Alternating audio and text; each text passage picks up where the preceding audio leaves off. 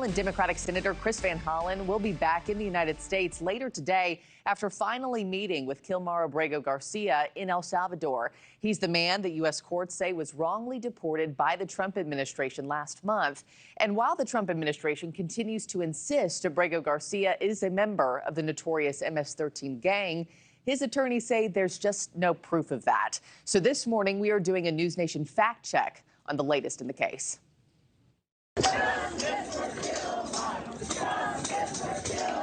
Looking to prove the gang status of Kilmar Abrego Garcia, the Trump administration is now pointing to previously sealed documents detailing an arrest in 2019 that they say tie him to MS-13. Abrego Garcia, a 29-year-old Salvadorian whose wife and children are American citizens, was mistakenly deported last month to a high-security prison in El Salvador due to what the Department of Justice said was an administrative error. He was a member of MS-13. Hard stop. He should not be in our country. An immigration judge had previously granted him protection from deportation due to the serious threat of gang violence in his home country. Abrego Garcia has maintained that he has never been affiliated with MS-13.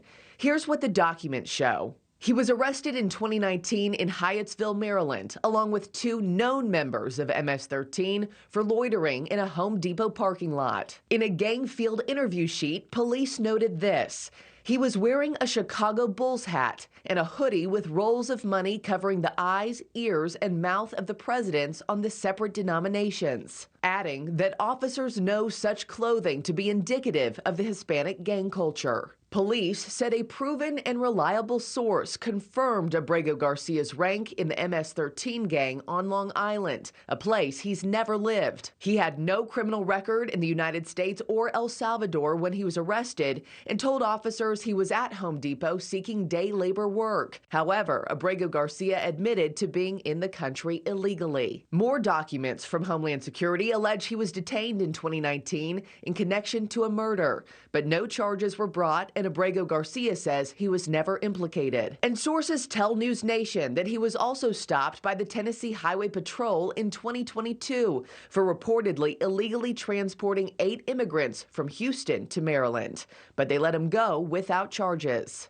Abrego Garcia's lawyers told NewsNation's Cuomo this week that the new records prove nothing. Our team did not represent him in the original proceedings in 2019. I have seen those documents. There's nothing in there that makes me believe that he is an MS-13 gang member. The White House was also quick to point out that Abrego Garcia's wife, Jennifer Vasquez Sura, sought a restraining order against him in 2021, alleging a physical altercation. But Sura, who's been at the forefront of the fight for his release, now says she ultimately decided not to pursue it. Still, the Justice Department says there is no plan to bring Abrego Garcia back. He is not coming back to our country.